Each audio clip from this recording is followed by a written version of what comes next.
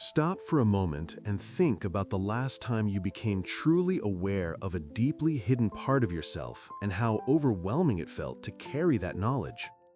In my research of Jung's work, I have explored this exact tension between gaining psychological awareness and managing the heavy responsibility it brings. Carl Jung himself encountered this dilemma repeatedly with his patients and in his own life.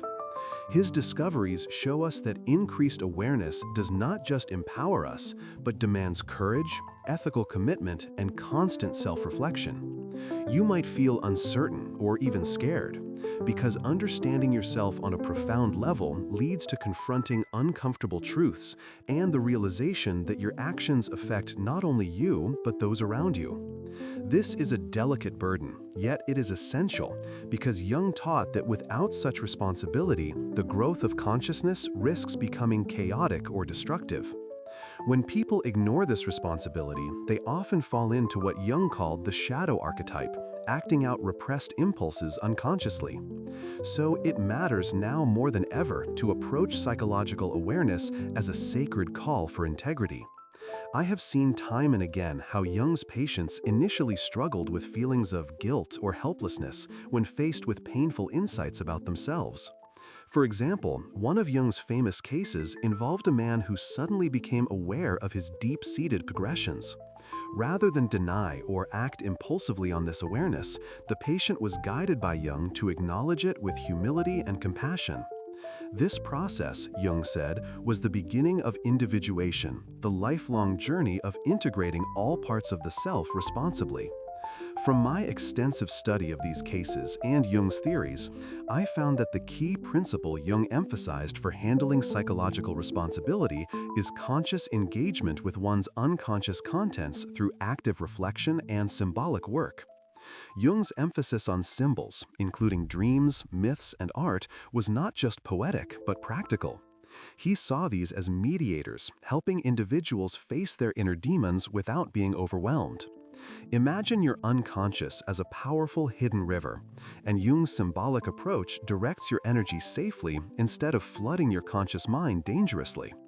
This metaphor helps us grasp why Jung cautioned against rushing awareness without preparation, warning that it could cause psychological fragmentation or neurosis. In fact, Jung's work contrasts sharply with some modern self-help approaches that promote immediate self-disclosure or rapid emotional catharsis without integration.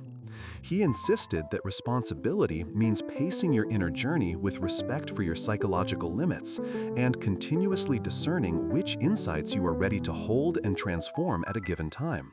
Furthermore, Jung revealed that this responsibility extends not just inward, but outward into the collective dimension of human experience. Becoming aware psychically also means understanding how your shadow projects or unresolved complexes influence societal dynamics and interpersonal relationships.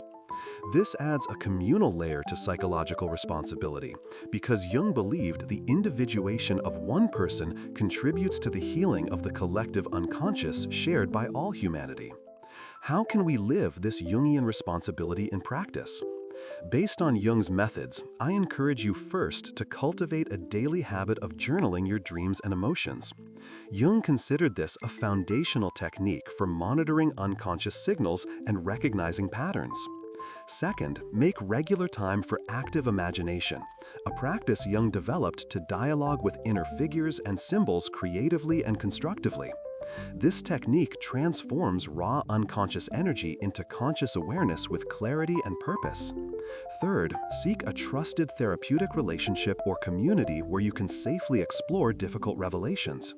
Jung himself emphasized the irreplaceable value of an empathetic guide who understands these processes.